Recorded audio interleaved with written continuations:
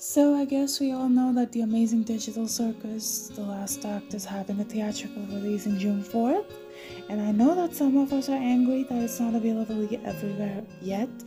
I'm kind of bummed as well because the theaters near me won't be playing that. Anyway, that is not what I'm talking about today. I want to talk about what I think might happen in episode 9. So, I'm Pastel. Welcome to my channel. Let's get into my semi-confident, half-decent predictions of what might happen. Let's go.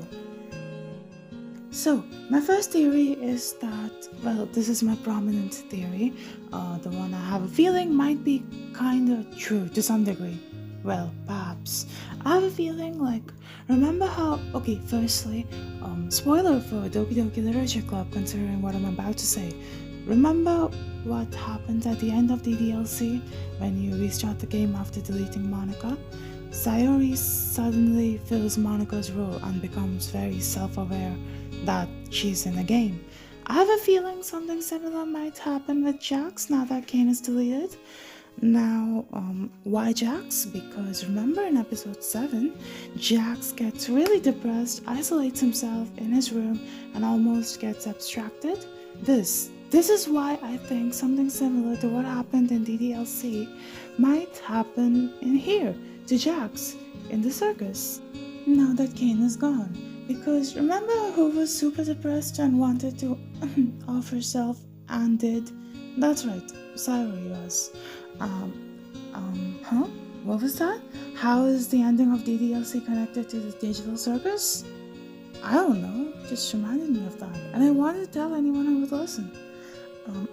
And my last prediction, with some actual evidence maybe, is about the ending. Like the note that the digital circus will end on. So remember when Kane said, I made a program that creates a body perfectly encapsulating their mind files. That can only mean one thing, right? None of the characters are actually people. Maybe they are actual people whose minds are copied and forced into the computer.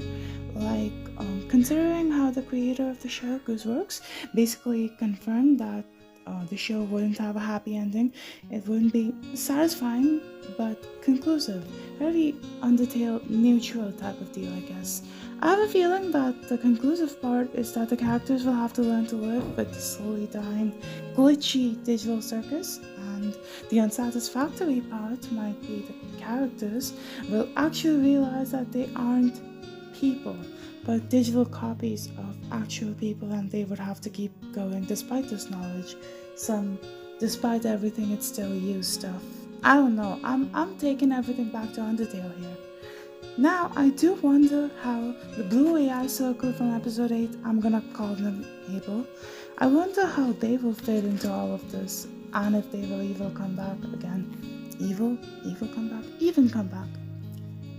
Man, it feels so weird, like the digital circus will be over in June, and around the same time, or maybe a little later in the year, Deltarune Chapter 5 will be released, and we will only be 2 chapters away from Deltarune coming to an end.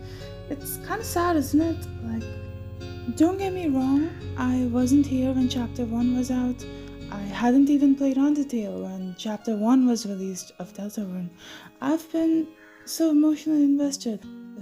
The little time I have spent in these fandoms, and it feels depressing that it's going to end so soon.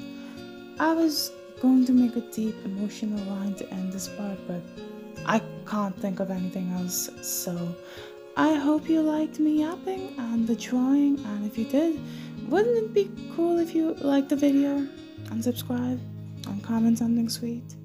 Okay, I am bad at promotion, aren't I? But seriously, comment something, anything, maybe some theories you yourself might be working on for episode 9. See you in the next video, and